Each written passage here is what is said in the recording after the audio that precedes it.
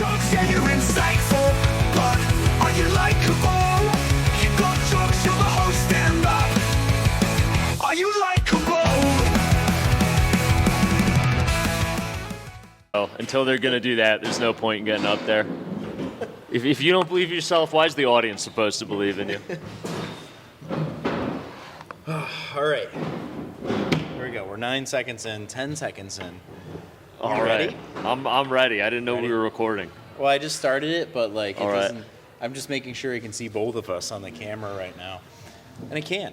Nice. Yeah. All right. How do you feel about this right now? I think it's a good setup. I think, we faced some technical difficulties, but we did. figured it out. A lot of adversity. That's what comedy's all about. It's overcoming adversity. Just a couple of white guys coming over. Everyone knows we have it the hardest in comedy. Being a straight white guy in comedy. You say that's the wrong white guy, and he's gonna be like, "Fuck yeah, brother." I've had a couple of those. Yeah. Where I'll say a joke like that, and they get a little too into it. I'm like, I'm in too deep. I can't. Gotta double He's down. gonna be mad if I tell him I was joking. Let's just print flyers. Let's have a rally. All right, I can do the intro. Hello and welcome to Likable, a show where we discuss stand-up comedy from an entry-level perspective. I'm your host, David Stickle, and today I'm joined by Mr. Chris Warren. Hello, everybody. I'm Chris Warren. Hi, Chris Warren. Thanks How are you? Thanks for having me. I'm good, man. I'm tired. Yeah, I'm you're very tired? What'd you do last night? Tell me. So Where were you in the night of the film? Well, last night I did a show, and then my buddy, who was running the show, was like, there's all these chairs and equipment and stuff, and he's like, hey, I got to take the New York comics back to New York. I completely botched this. Can you just take the equipment back? I'm going to leave it at my parents' house over the week. Just bring it there. My old car's there. You can just put it in the old car. It's unlocked. And I'm like, cool, no worries. So I load up all the chairs and the speaker and stuff. And his parents live 10 minutes from the venue, so I drive over there. Now, I've known this guy for 6 years. I've not once met his parents. Hot mom? Well, we're going to get into all that. Okay. So, sorry. I'm coming early here. we get it's 10 at night in a Hartford, and I pull up to the driveway, and it's sure enough, his car's unlocked, and it's pouring rain, so I'm just getting soaked. But I'm like, whatever, the show went well, helping out the homie, whatever. And I'm putting all the chairs in the trunk. All of a sudden, I see the lights go on in the house. And I'm like, surely he informed his parents that I was coming by to do this. You turned into a raccoon in the trash. Yeah, surely they won't think they're being robbed. Wouldn't you know it? He did not, and they totally thought understandably, not on them. They totally thought and they just come outside to me, soaking wet with this fucking mustache, oh, hey. And they're like, what are you doing? I'm like, oh, no, I'm Mustafa's friend. I'm Chris. Mustafa. Okay. And they're like, what are you talking about? I'm like, your other son, Mo, I know your sons. They told me to put the stuff in the car. And I had to, talk to them for 5 minutes in the rain at night, which, again, totally understandable in their perspective. They've never met me before. And they're like, eventually I, gave enough details about both their sons who are comics that they're like, oh, okay, no worries. We buy this. Yeah. And they went back inside, and then his aunt, who does not, I think it was his aunt. I don't know which relative it was, but it wasn't his parents, comes out, and she's from Somalia. So she does not have a firm grasp on the English language. And she tries to, for whatever reason, the pouring rain, make conversation with me and ask me if I want to come inside or if I need anything. And I'm like, no, I'm just dropping off the chairs. We go. She's like, oh, come in for tea and stuff. And I'm like, I really don't want to be rude, but this is too weird. I gotta go. I'm sorry, man, but that's very polite of you. Thank you. Thank you for being a good host. And then I got home late, and my boy Jake was like, hey, we got a Dota match. A Dota match? You know what Dota is? No, what's Dota? I'll inform the audience and you. Dota 2, Defense of the Ancients 2, started originally in the early 2000s as a Warcraft 3 mod. Not World of Warcraft, back when Warcraft was a strategy game. Started as a mod, got really popular, invented the genre of MOBA games. Then, about a decade later, Valve, the guys that own Steam, hired the guy Ice Frog who made the mod to make an official sequel on their platform. How old are you? We don't need to get into that. Dude, I don't know any of these words. I'm 35. I'm 31, dude. Okay, I'm dying. okay. It's over. I don't even You're know why up I'm with the doing kids, this. I'm man. dying. Good for you. I don't. No kids. It's just a bunch of people my age playing Dota. The fan base is dying by the day. But they made an official sequel called Dota 2 that's on Steam for free, and it's like if you know League of Legends, it's basically what League of Legends copied in an inferior way. League of Legends is terrible. Yeah, they fucking suck. Fucking sucks, dude. But figure it Dota, out. class act, dude. That's like the Rolls Royce of MOBAs. Yeah. And I've been playing it since I got into the beta in like late 2011, maybe early 2012. It was my senior year of high school, so I'm not positive which half of the senior year was. And I've been playing Dota consistently for like the last, 13, 14 years. And Dota's actually been the most consistent thing in my entire life. More than comedy? More than comedy, more than anything, any relationship, any friendship. I've been playing Dota for 14 years nonstop.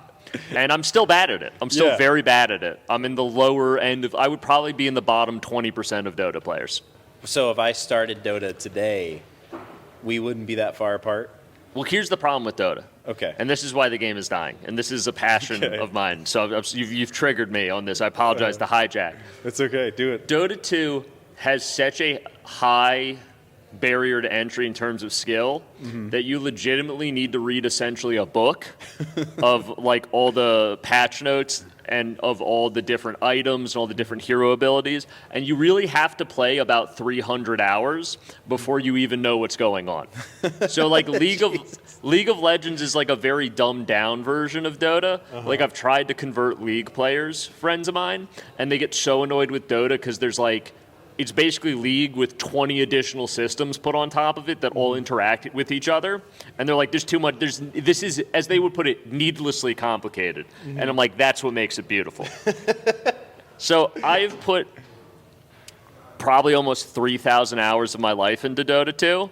I am still in like the bottom 20% of players. So do you think like there are people that just naturally pick up Dota and like don't need that 3,000, or their 3,000 hours are like supreme level top 10%, or are they like they put in 10,000 hours? I think there's something. There's definitely the guys that put in like 20,000 hours, 40,000 hours. There's people that all they play is Dota every night for like 3 hours, 4 hours. Pro Dota, yeah. The international every year. The Dota International? People sleep on this. So the Dota International, it meets every year. They rent out like a football arena for it. Okay. Like, I don't remember if it was last year or the year before. It was in Seattle. Okay. I forget what they rented out, but there were like 20,000 people in attendance. It was like sold out. Jesus. And did you go? No, I don't have the tickets are like $500-$600, and you got to fly out to Seattle and get like a hotel, and the hotels are crazy because it's an event. Crazy flight for the Seattle too. And it's like the prize pool was $34 million.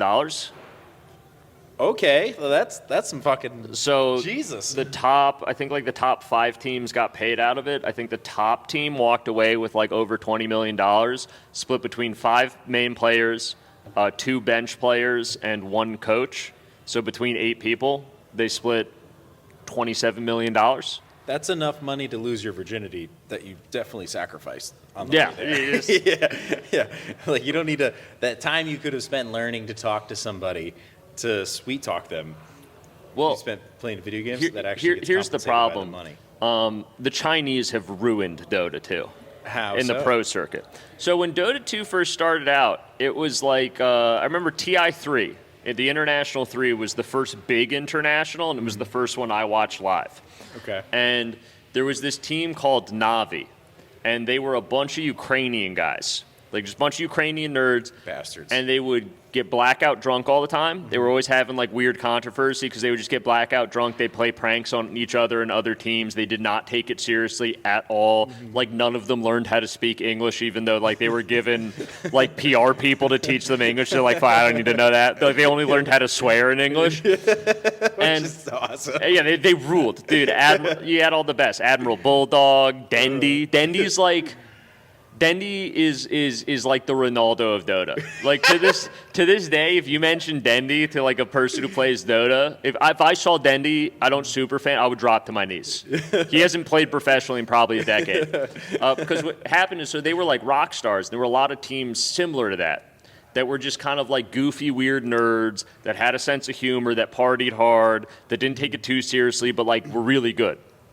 And you'd have wild things happen because everyone was kind of like flying by the seat of their pants. You get like crazy, weird combos and strategies that didn't make sense, like the Dendy fountain hook, if you know, you know. And Sounds like a sex move. and there's no sex moves in that arena. And What is sex? Listen, I firmly held on to my virginity throughout high school and the college, thanks to Dota 2. Little assistance by Warhammer 40K, but mostly Dota 2. And but then what happened is, as the years went on, and there was more, because the first day, I think Navi won like $3 million, and that was crazy that you could win $3 million playing video games. It's actually, when you mentioned the tournament before and you said 34, like in my mind I thought like 500 grand was like a lot for. No, so Yeah. well, because it's ran by Valve, who runs Steam, so they're huge. And the way the prize pool works is you buy a compendium, which is like a ticket to stream it. Stream the international, and there's like a bunch of games because they play all the different brackets until the finals. So Okay. you can watch like hundreds of games if you buy the ticket. And then you get all sorts of cosmetics for the game and stuff. So it's like a good deal. But you'd buy a compendium for like $15, and it was just like, because the game was free and the community was really passionate, people would buy like 2 or 3 compendiums. They'd be like really supportive of it. So they would source all that money directly into the prize pool. Like Valve didn't take a cut of it. They just put it all into throwing the event live, like the arena, and then putting the rest of the money in the prize pool. So as the years went on, the prize pool got bigger and bigger and bigger as Dota got bigger and bigger and bigger. And then it got big enough that like Chinese teams were just like, how do we do this perfectly? As the Chinese do. They took everything. all the passion and the mystery out of Dota, and they figured out like the perfect way to play every hero on every patch, the perfect item combo, the perfect positioning, what you do at 2 minutes 34 seconds is exactly what everyone on the map should be doing. And they gamified it so much that they pushed out pretty much all the other teams. So like half the teams at TIs now are Chinese, and they're always dominant. So the rest of most of the fan base isn't Chinese. It's actually not a very popular game in China. But so now the game is every TI, everyone else in the world, because there's a lot of like weird country beef in the Dota community. like me and Russians are cool in Dota. Okay. Like Americans and Russians bro out. Hell yeah. Because the Russians usually speak English, and they're like not selfish players for the most part. So Americans and Russians, like if you see a Russian guy, because it's an international game, there aren't enough Americans to support it, you're gonna bro down. If I see like a Brazilian, a Peruvian, your goal is to bully them till they leave the game, because they will ruin the game for you. Why will they ruin the game? Because they don't speak English, which is because here's what annoys me, and this Okay. Hot take. the Brazilians and Peruvians, for whatever reason, are really into Dota 2. Probably because it's a free game and their countries don't have economies. That's fair. So they will get on the US East server, which is the server I play on. They have their own server. There's a South American server, by the way. They willfully choose to not play on it, queue up on US East, and then not speak English in a team-based game. And so then I got some guy screaming Spanish over the microphone as he picks a hero, like he's the last one to pick. So you know all the heroes in the game. So you should pick the hero that makes sense for our lineup. We have 2 carries. Pick a support. Please pick a support. Picks a 3rd carry. Picks the worst carry against the enemy. Like they have all the counters to you. And you still pick Bloodseeker.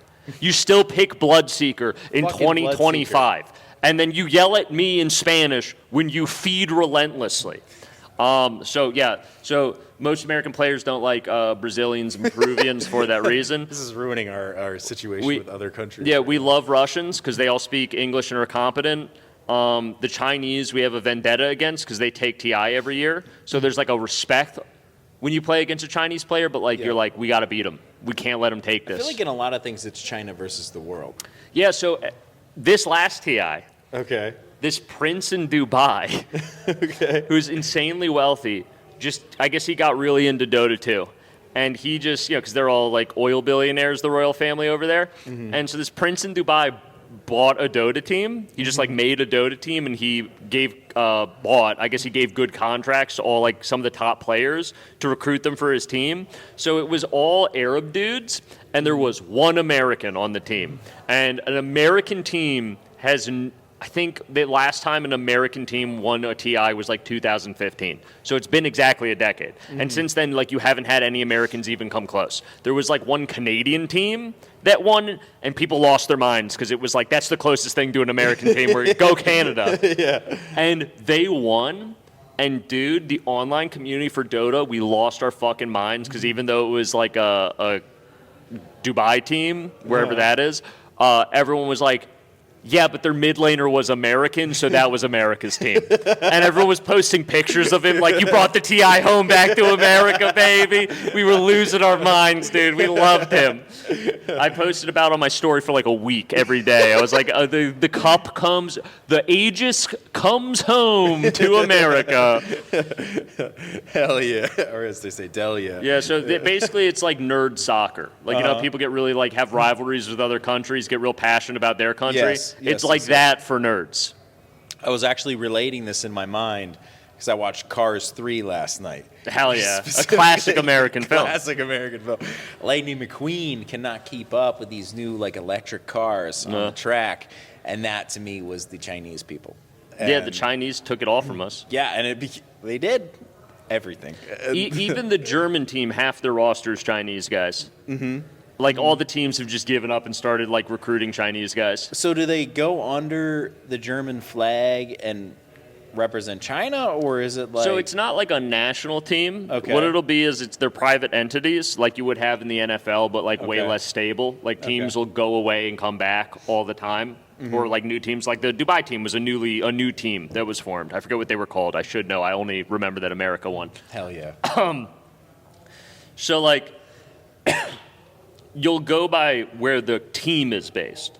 Mm-hmm. So, like, the Maus is a German team. They're based in Germany.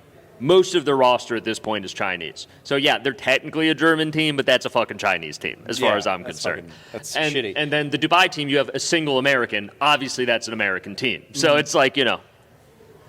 It's fucking Chinese, dude. Ugh. Yeah.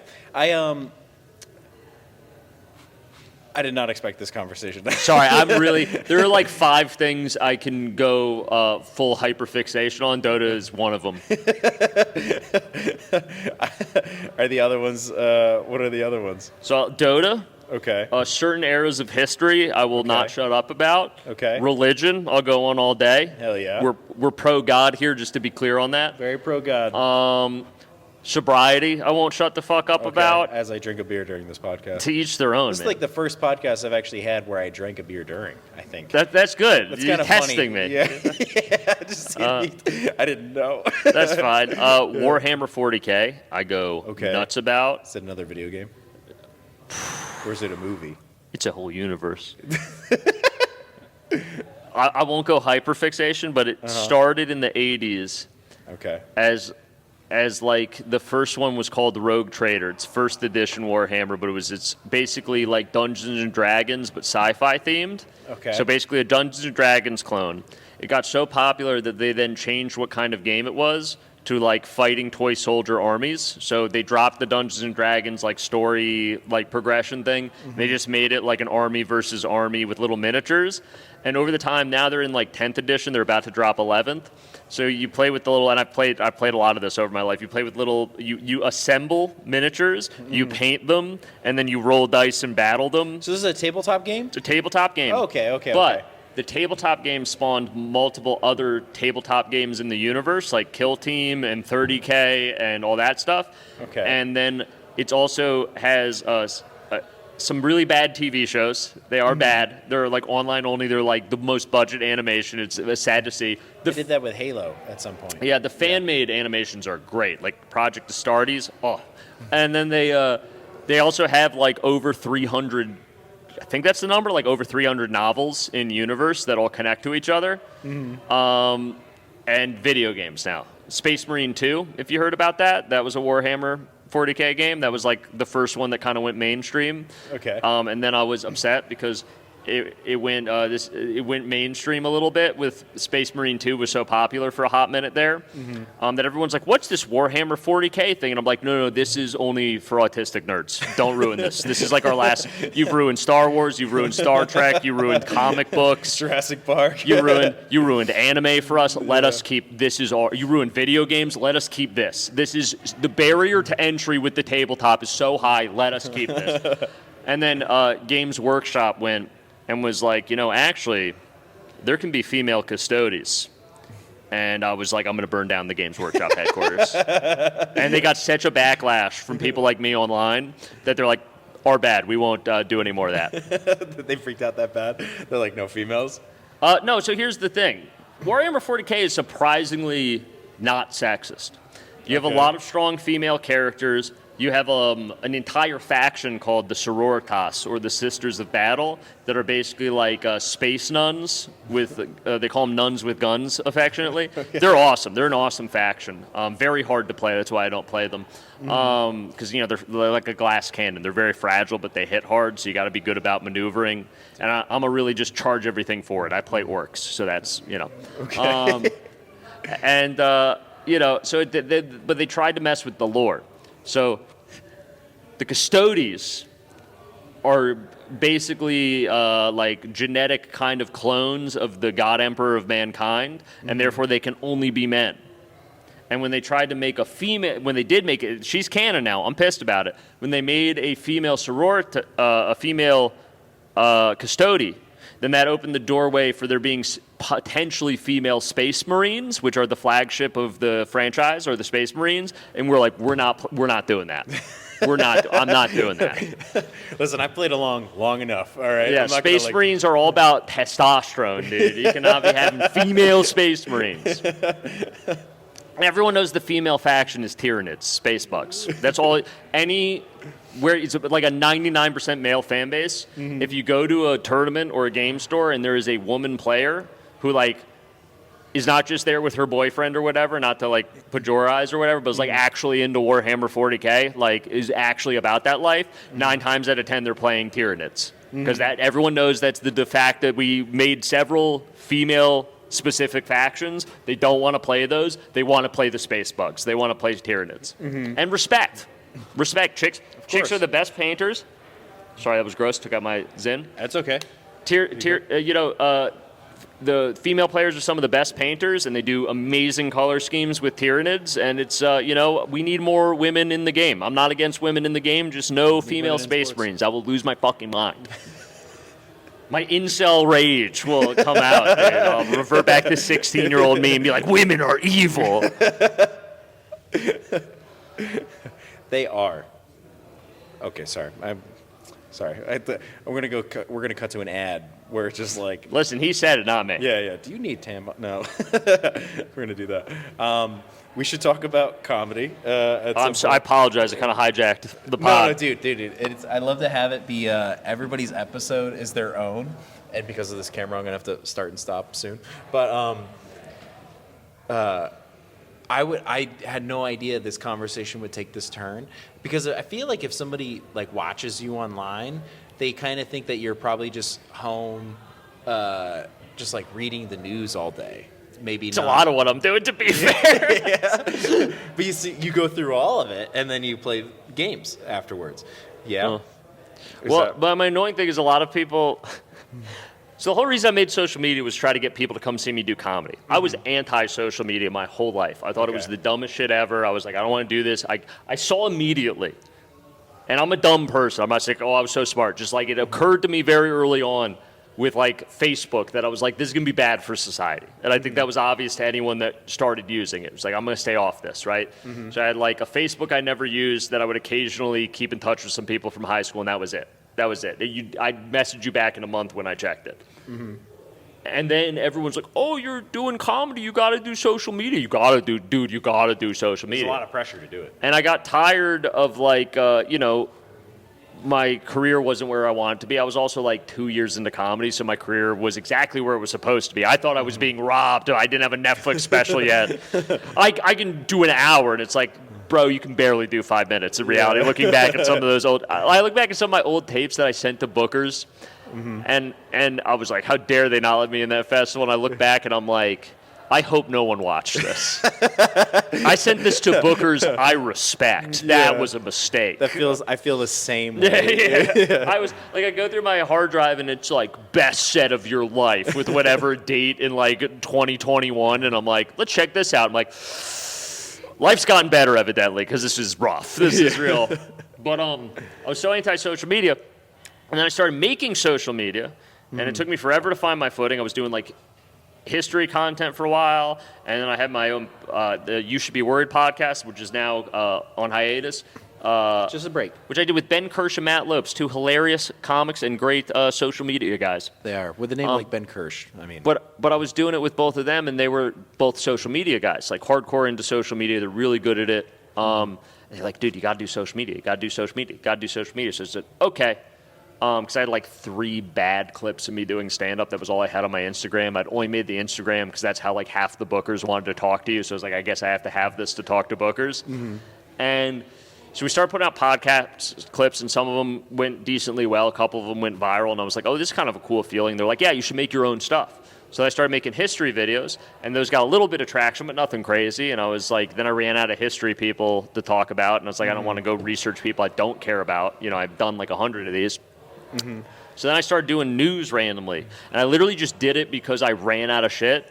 And there was one kind of I forget what it was. It was like a mildly historical relation in news. So I covered that, and that went well, and people asked for more of it. And by people, I mean 2 people DM'd me. And hey, I like this. My adoring fans at the time. Yeah. So then I started covering the news, and it started taking off and going viral. And I was like, oh, so I just kept doing it until that brings us now. I cover news and like some social commentary stuff, and like I'll do some war profiteering for stocks. Hell yeah. But finally, I have some success with that. Things are going well. And the other day, I had a longtime follower because he'll message me on different things I put on my story, which shouts out. I don't know if he wants his name out there, so I won't. But okay. I always appreciate when you have those long that comment on everything, and they'll message you, and you like kind of become friends with some of the people. And he's like, I posted something about like me doing a show, and he's like, oh, are you starting comedy? That's awesome. I would love to see you do comedy. I'm like, I've been doing comedy for years before I got on. So the only reason I made this social media was to get people to come see me do comedy. And now it occurs to me a lot of people are not aware I do stand-up. So I kind of, shot myself in the foot with that. That hurts. Well, what are you going to do? They're catching on. I post more stand-up stuff now. Make people aware. Good googly moogly, that thing is juicy. Good googly moogly, that thing is juicy. Oh hey, didn't notice you there. Nice to hear that you've made it this far in this episode. Geez, what a weird start to the interruptible. I'm going to talk about show dates. Here we go. We're doing it. It's happening. All right. This is coming out sometime in the week of 12/19, which is the show we will talk about, which is the Millbrook place at Julian's, which is pretty much a marathon show. There's going to be so many comics, so much time. It's like a 2-hour-long show. If you've got endurance, if you got stamina, you go to Julian's in Millbrook on 12/19. Get your little tookus there, okay? I'm not going to curse. It's too close to Christmas, okay? Santa's coming, and I do not want to get on that naughty list, my friends. I do not. I can't have it. I'm trying to get a bike. I'm trying to get a bike this year. Yeah, I'm trying to get a bike. All right, what else is happening? On 12/27, I'm going to be in Albany, New York, with a few awesome comedians. Also, a very long lineup. There's going to be so many comics, guys. Most bang for your buck. This is going to be more comedians at this show than presents under my Christmas tree, which is actually not that hard because my family has disowned me. Moving on. And finally, closing out the year, I'm going to be at Laugh It Up with some great comedians on 12/31. That's going to be Christmas Eve. We're ending out the year with this show. It's pretty awesome. I'm super excited to see what the rest of the lineup is. I'm assuming I'm hosting, which is awesome because I get to have fun with the crowd. That's going to be, and you know what? I'll mention 1-1 starting. We got New Year's Eve and then day of New Year. We've got Luxor Lounge, and then 1-3. I'm going to be doing a Don't Tell, and I can't tell you any more about that. We've got a lot of shows in January already lined up. A lot of shows in February. A lot of shows, and then we're going to be taking a little hiatus halfway through February. So we'll next episode we'll kind of launch the start to the new year as far as shows go. In case you were curious, you little curious cats, meow meow, as Ted the Impressionist would say. Shout out Ted the Impressionist. Meow, my guy. Oh wait, hold on. He would say, "Okay, back to the show."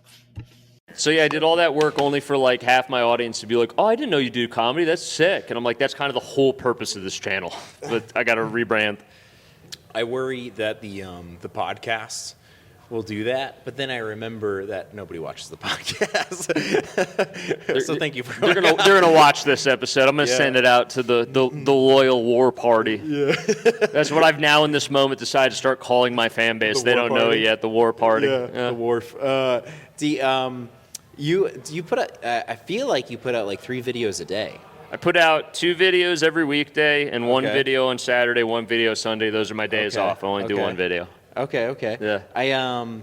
The video you put out recently, I had to reshare because you were just like, it was like a keep going situation. Yeah, dude, I fucking love that. When you said retarded, you're like, they're fucking retarded. Dude, I know I shouldn't laugh the hardest at that part, but it's just like the camera like gets closer and closer to or you get closer to the camera.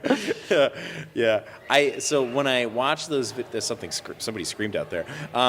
When I watch your videos, I get curious. I'm like, do you have people that live around you in that kind of situation? Like, do you have neighbors or something like that? Do people knock and are like, what's going on here? Like, where do you record that? So I'll give more information about myself than maybe I should. The real fans that watch this podcast will be able to figure out where I live off this information. Of course. So I live above a law office. Okay. And they have 2 apartments in there, and they only have the apartments in there for like tax reasons, because they're Orthodox Jews, so they only have those there. And I'm Jewish, so that's why I live there. We're on very good terms. They're helping a young Jewish comic make his way in the world. They've never raised my rent. I'm convinced they've raised the upstairs tenants' rent, but not me. They're Greek. They see the mezuzah on my door, and they're like, "He's a good boy. We're not gonna, And one of our own. And then. So for a while, for like a year, the person above me moved out, and she was an alcoholic for sure. Very nice lady. She was like a school teacher. She was about my age, I think, maybe a little younger, and she was this alcoholic lesbian. And her girlfriend would get in fights upstairs, like not fist fights, from what I heard at least, but they'd be getting screaming matches. And she was drunk all the time. So for that reason, I imagine she never complained about me yelling because. Whatever. She was yelling up there. She was great. She brought me Christmas cookies one Christmas. That was great. She lived up there for like 2-3 years. Great. I hope she's doing well wherever she moved. But then there was like 6 months where no one was living above me. So I would just scream all the time. Because after business hours, I was the only person in the entire building. So I would just scream all the time. I got used to that. And then they told me at one point, "Oh, have you met the new tenant?" And I'm like, "No." And he's like, "Oh, he moved in a month ago."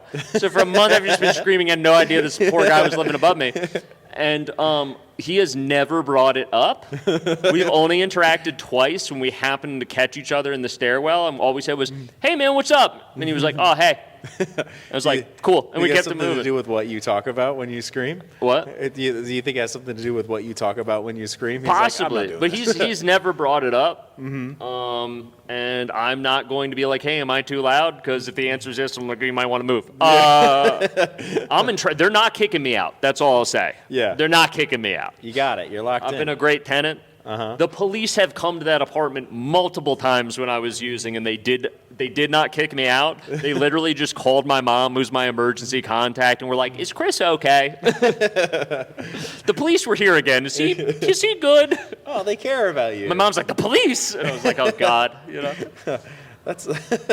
Do you I feel like your stuff online, and I don't know if this is an insult or like really nice. It reminds me of like the Colbert Report. Do you ever get that? Oh, I'll take it feedback? as a compliment. Okay, yeah, I cool, grew up 'cause I watching the used to Colbert love that Report. show, and I Yeah. feel like I love your content, just because it reminds me of that a lot. That makes me.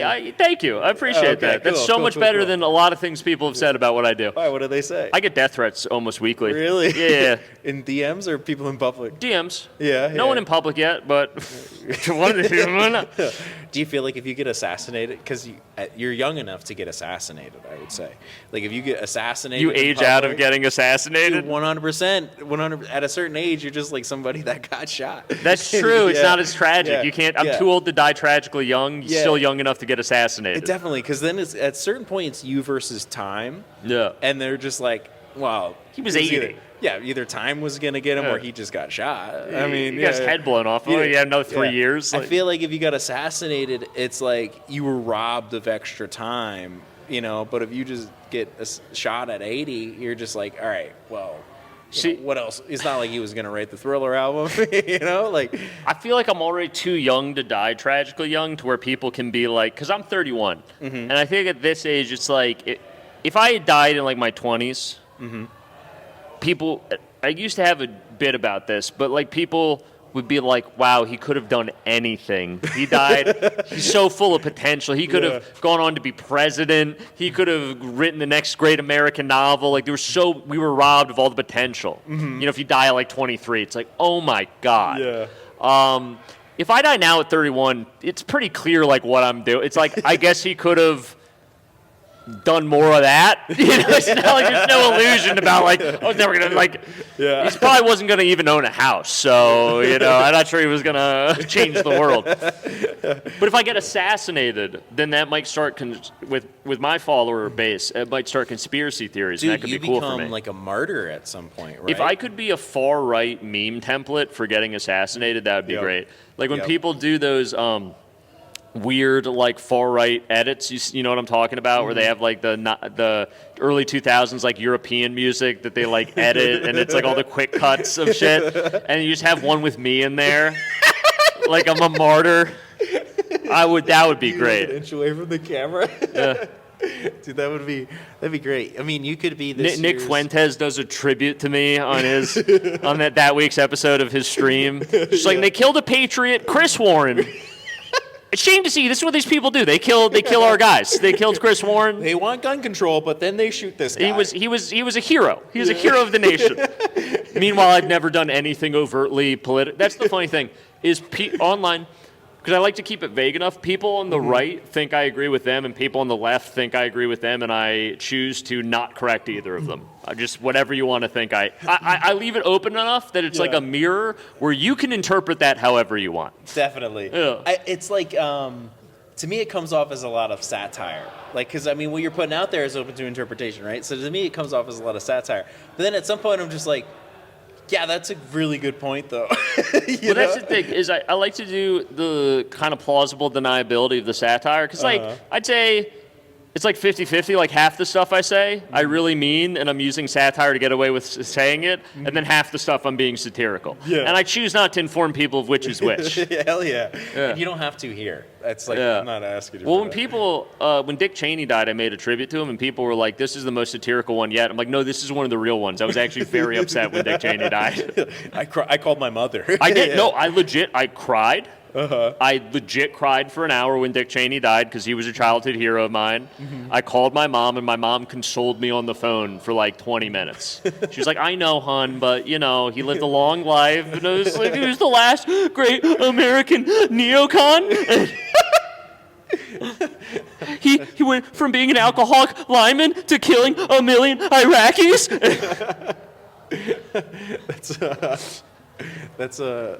I mean, I felt it too, if I'm going to be honest. It was a hallmark character from my childhood, I think, because it was George and then it was Cheney, and then there was all this stuff that I didn't really understand being built around Cheney.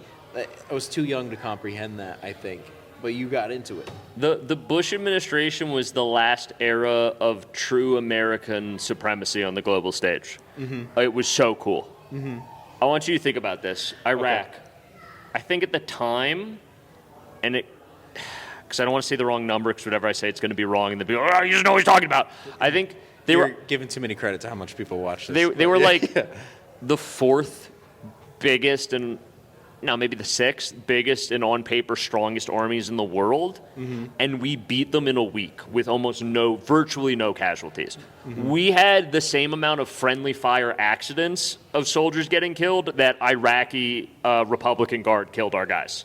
Like, that's how OP we were. There was one battle, I forget what it was called. Fuck, I'm going to remember it later. Where the Iraqis' main armor corps rolled out, and that was their big thing. They had like the most tanks of any country. Like they had all these. I think they were the Soviet version of the T-80. I'm not good with Soviet war tech, so I forget what it was. You didn't do any research. And we rolled out with the M1 Abrams. The M1 Abrams had not had a real combat engagement, and it rolls out, and we realized that the M1 Abrams main battle cannon outranges theirs by like 1.5 times the distance. So we just parked and we waited for them to drive into our firing range when they still couldn't shoot at us, and we took out all of their tanks with 0 casualties. Brutal. And we also had like night vision on our tanks, which they didn't, so we would attack them at night and they'd be like, how are they fighting at night? I don't know I can't see anything. And we'd just be like, get up. No, it was so cool, dude. Yeah. And we got to tell the entire NATO and EU, like, hey, shitheads, we're going to this.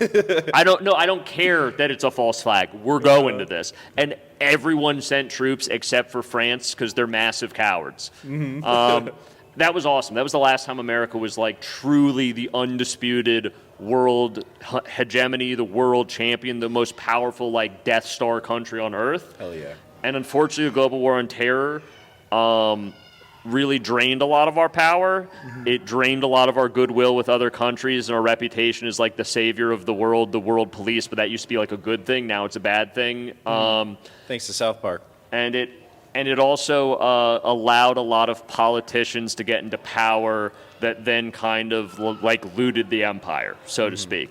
So it was really cool because it was ultimately our demise and what allowed the Chinese to grow strong and compete with us. But it was like the last ride of the Rohirrim. It was so cool that we just fucking mollywopped them. It was our episode 2 leading into episode 3 of Star Wars, if you will. Like, we just got access to all the clones. Yeah. And then episode 3, Revenge of the Sith.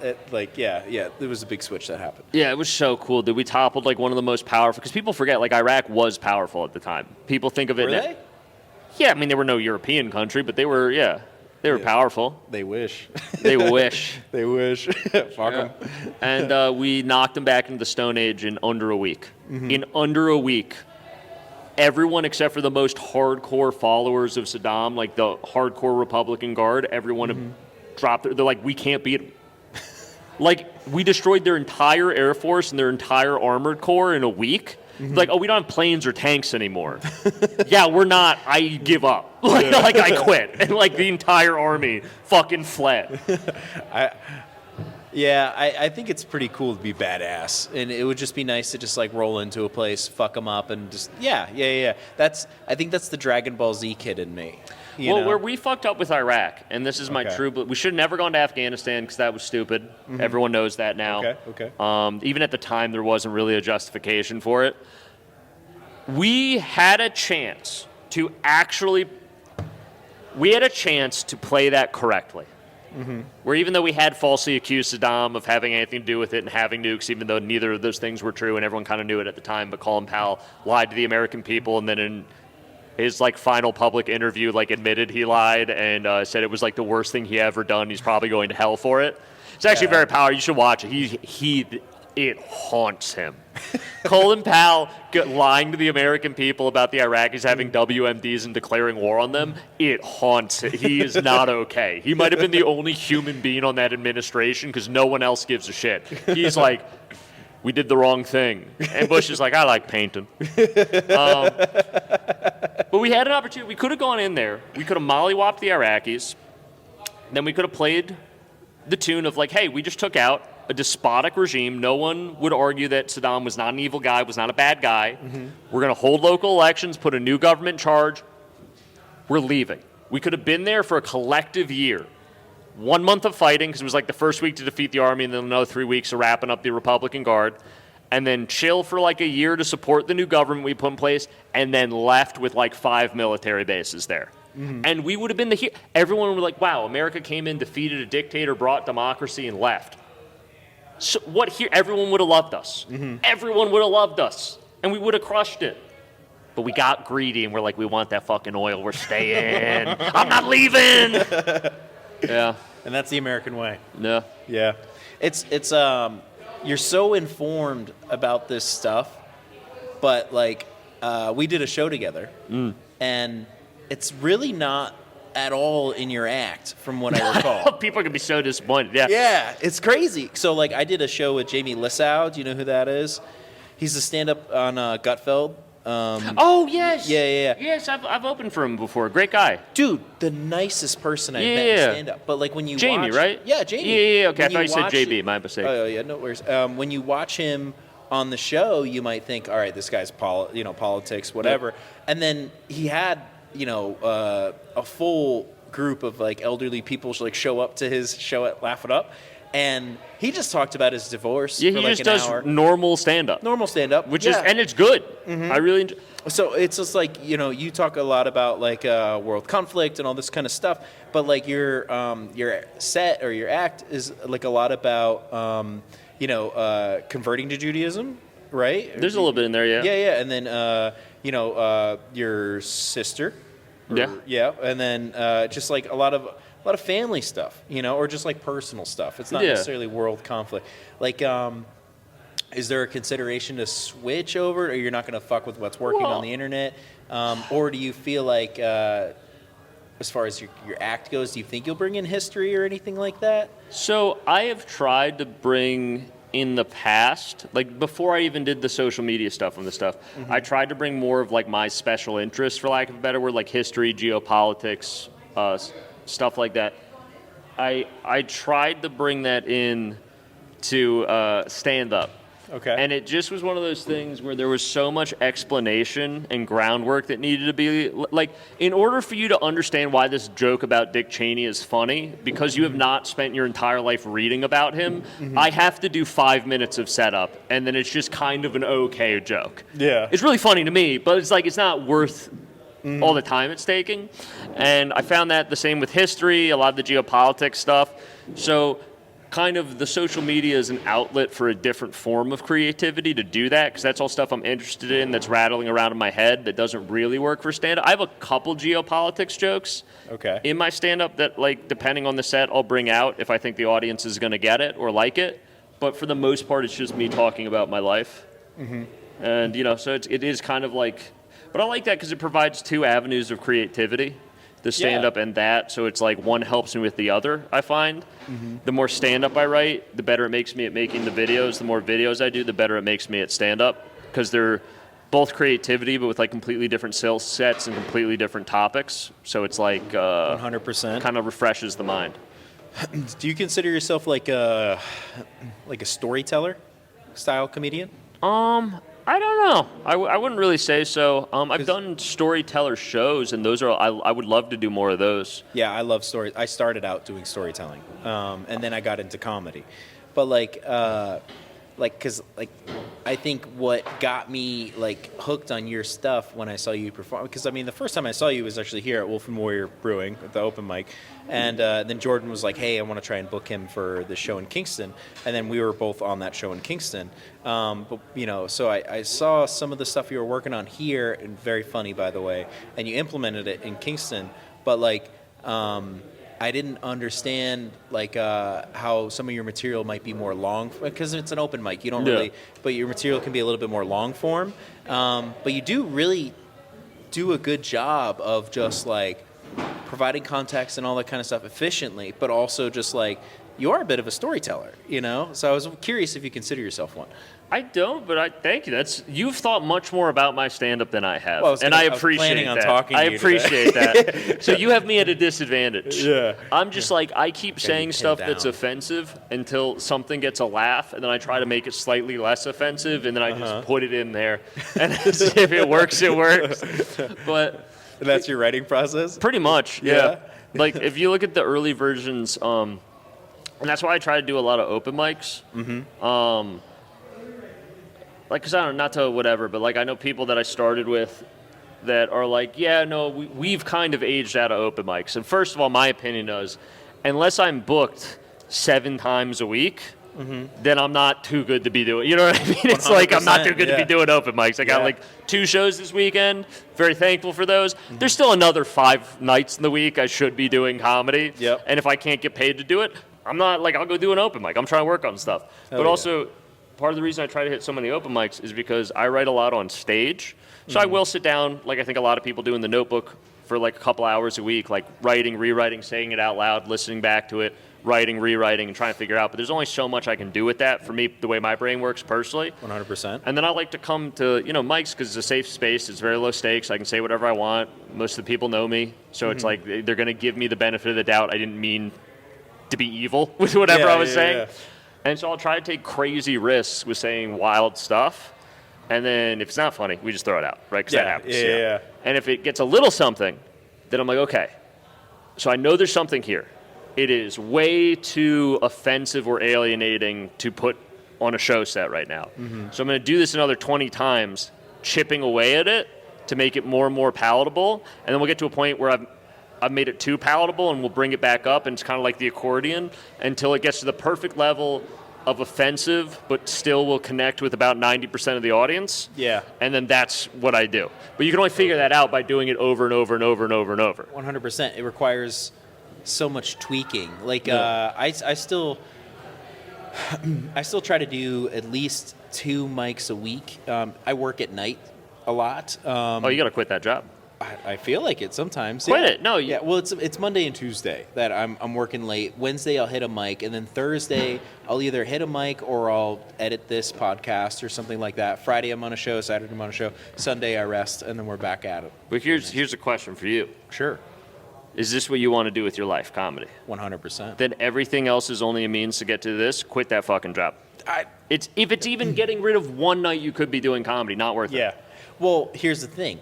Do you have kids? No. Then what do you need money for? Who cares? So here's what I do as far as discipline for it. Okay. Because when I'm done with that job, it's too late to go to an open mic, so that forces me to go home and write a little bit more.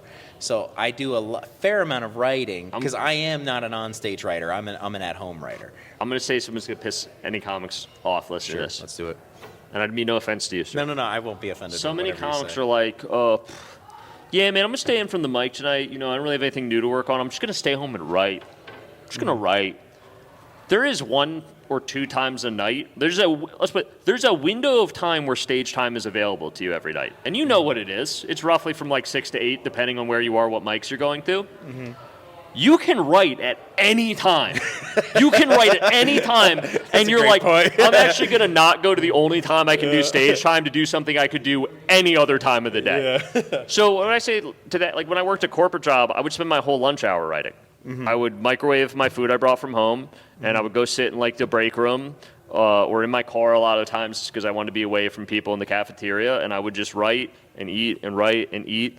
I would get to mics early a lot. I still do that a lot. I'll get to mics early because then it's like I'm in a place where I have no distractions, and I'll just get there an hour early and write for an hour before I go up on stage.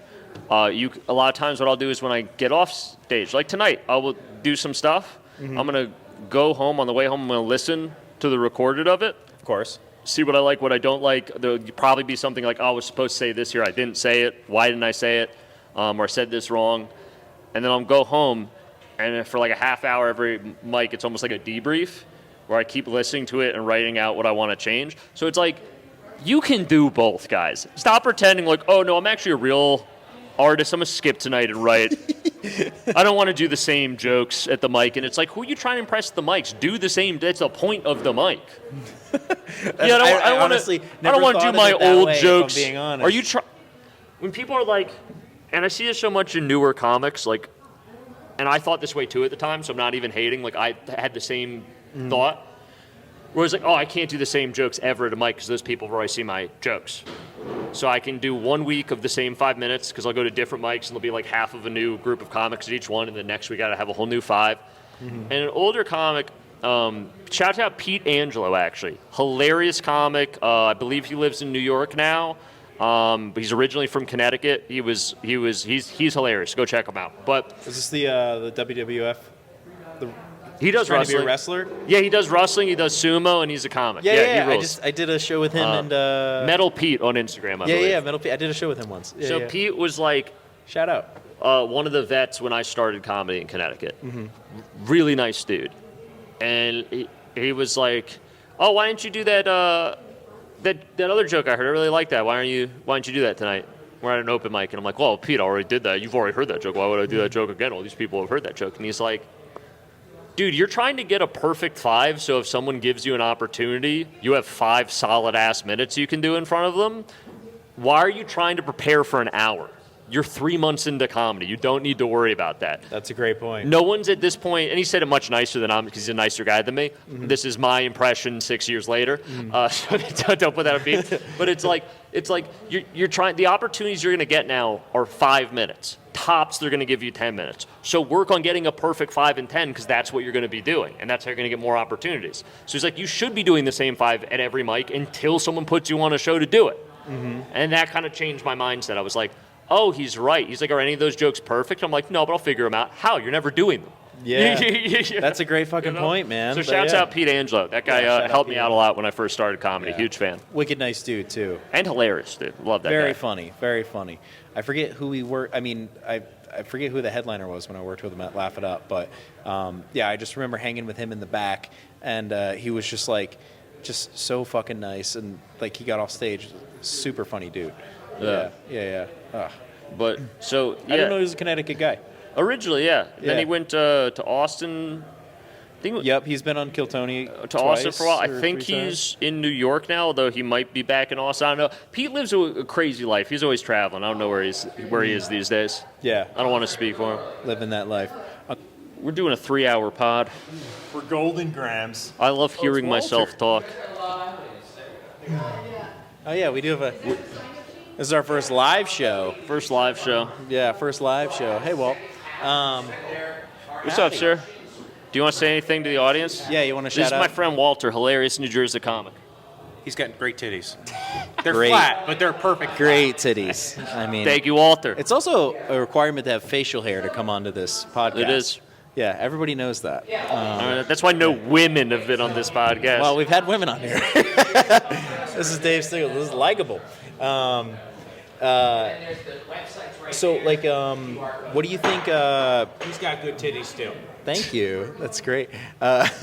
Sam's good. Oh, the comics are rolling in now. What do you What are your your goals with comedy? What do you think? So obviously, I think like anyone doing this, I'd like to get as big as I can. I'd be lying if I said I didn't want to get famous. I love when people are like, I just want to be funny and do this. It's like, no, we all want to get famous because there's a deep hole inside of us where our father's love was supposed to go, and I will fill it with fame. But no, I like how when you get you fucking start you do this on the thing. It's But I would like to. I would like to be a full-time touring headliner that goes out 48, 50 weekends a year, does 5 shows at clubs all over the country. I'd like to have a special or 2 out there. I don't really have aspirations for a TV show or to act. That's not really my thing. But if it was offered to me, I would do it. That'd Hell be cool. Maybe in the future I will have an idea for one of those things. But right now I'm really just trying to 5 shows every weekend at a club, touring, get a cool opener, bring them with me. We go explore the country. That's my dream. That'd be sick. Yeah. My goal is to become a ghostwriter. So Really? You don't want to be in the I limelight? would do this for free. You can't tell these people that. I currently am. They already That's how know. you get taken advantage of. Yeah. Well, I just want to be taken advantage of. There's so many ways. Walter didn't take advantage of me like I would hope he would. Yeah, man. Do you have anything coming up that you want to promote or anything like that? When does this release? I don't know. Then I don't go to. What's funny It's is kind of hard to plug dates if they might have passed. What's funny is that like 2 or 3 episodes before this, I will have had a comedian that runs a school in Brooklyn, and she's very progressive and all that kind of stuff, and which is fantastic. and then like your online Is it, persona. though? It is. Is it, though? It is. I think it is because like her reasoning behind it's fantastic. You know? Explain. So, because I've seen how women get treated at open mics often, Yeah. you know, and she's just like, actually, we do have to kind of curate a space for them to feel comfortable to explore. And then also she's like opened it up to not just be women since then because she's seen like some of the errors in that kind of thought process. So like, but initially she was a woman in comedy and she's like expanded it since then. So I do get like where she's coming from with that. Your online persona would not suggest that people should be on the same show. Here's what I'll say about this. Okay. The whole, and it is fun. It is a funny time. I'm not going to pretend it's not fun to say. Yep. But the whole like women aren't funny is kind of like, come on, guys. It is fun to say, but it's not true. Exactly. There are plenty of funny, very funny female comics that I love to work with that are hilarious. Mm-hmm. There is definitely the issue of creeps, especially at open mics. You know, when you go to the next level, people don't really tolerate that. Like no one's. I mean, sure there are there. I've never seen anyone be creepy in a green room. I saw one headliner that Oh, no. everybody knows. Don't name them. I don't want to be associated. No. I'll just say, like, I stayed longer than I wanted to because I didn't want to leave her alone with him. Good man. Yeah, dude. It was But it's very like, uncomfortable. there is definitely, especially like the local circuit and open mic circuit, there's definitely like creeps at open mics. And even if there's not ill-intentioned people, there's that thing of like when a new chick that starts comedy that's kind of cute, you'll just see after the open mic, like 10 dudes surround her, and it's like, You're so funny. You're so funny. We should write sometime. Yeah. We should write sometime. That meme is so real. But it's so real. Yeah. And so it's like, that's got to be uncomfortable. You know, 100%. having like a guy get a crush on you and ask you out, and then it's like you politely decline, which is, you're allowed to do that. That's how dating works. But Yeah. then that guy be weird about it. Every time you Yeah. see him at the mic, he's like talking shit and glaring at you, making you uncomfortable. So I do. All jokes aside, I do have a lot of empathy for female comics. In that sense, yeah, I do. Yeah, and I think because it's like a school, it's really primarily marketed towards like people just getting into it and stuff. So But she like, does a school for comedy. it's like a comedy school. They do stand up. They also help. I thought you with, meant like, she was in charge of screenwriting. like a school for kids. Oh no. So then I was like, I don't know what that has to It's do like with a like comedy curating a school. female space, but Yeah, all yeah. right. It's a Like, comedy. It's comedy school, and what they do is they. I mean, viewers, all 6 of you will know. She does a really good job of like if you write a pilot, they have the person that produced Broad City and like the Amy Poehler Experience or whatever, and then Inside Amy Schumer, like a couple of those shows. You get to pitch your pilot in front of this person, that's and they'll pretty cool. actually teach you how to pitch it for industry, and then they'll connect. They're like she's gotten so it sounds 2 like shows she's produced already. already. Doing something pretty legit. Because Oh, you know, very every legit, once in a yeah. while, and I'm not trying to talk shit about anyone, but you Sometimes a comedy school. yeah, you'll see a comedy It's like- school, and it's like a guy with no credits, and he just charges obscene amounts of money. Yeah. To basically just like read the script of an acting course he stole offline, and it's Yeah. like, that's not really for helping anyone do anything, Yeah. you know? Like, This is like this seems pretty legit. No, it sounds, and it's from what also you're saying. I don't think it's that expensive. It's $500 for the year, and you That's get not bad. access to all this stuff.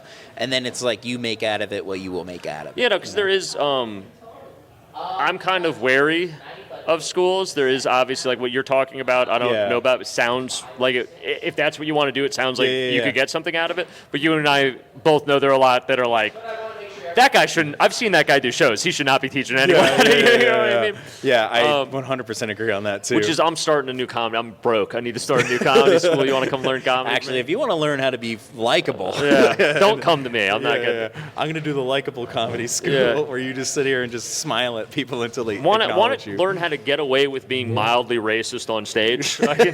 I can teach you to say, it's just a joke, calm down. Folks. Yeah, Folks. hit him with that. All right, dude. Well, they're making a lot of noise in the background. We're going to wrap up, all right? All right. Cool. Likable is filmed and recorded with Radio Free Rhinecliff. Thank you to our producers, Jen Hammoud and Matty Rosenberg, who are not here today because we're doing this shit on the road. So thank you to Wolf and Warrior Brewing Co. For hosting us, for recording this episode. dude, it's been really awesome to have you on today. Pleasure. And I don't know if they could hear any of this I don't because of know. how loud it is back there. but dude, I'm a big fan of your stuff. I didn't know you a few months ago, but once Jordan introduced us, I did a little background check. shouts out on to you. Jordan, dude. Yeah, shout out Jordan Malice, dude. Episode like 7 for this podcast. Great guy. Super funny dude. But like, yeah, once he introduced us, I started watching your stuff, and like, I'm very happy that you pop up in my feed as thank you. often as you do. And then I did really become a fan of your comedy when I saw you actually perform, because just watching you up there talking about some of the topics that you talk about, you do it very smart and very creative, and it's like your perspective on stuff. So like, I personally really appreciate that shit. You're a very funny comedian and how you do that Oh, stuff. thank you. You Yeah, made me dude. blush. Thank you. That's why we're likable, I baby. appreciate you. Thank you. You made my day. Yeah, hell yeah, dude. All right, well, thank you very much for coming on, dude. Absolutely. Do we sign off? Do we do any? You want to do a little... Touch our tips. That was awesome, man. Thanks for having me. Thank you, dude. Yeah. Yeah, you got jokes, yeah, you're insightful.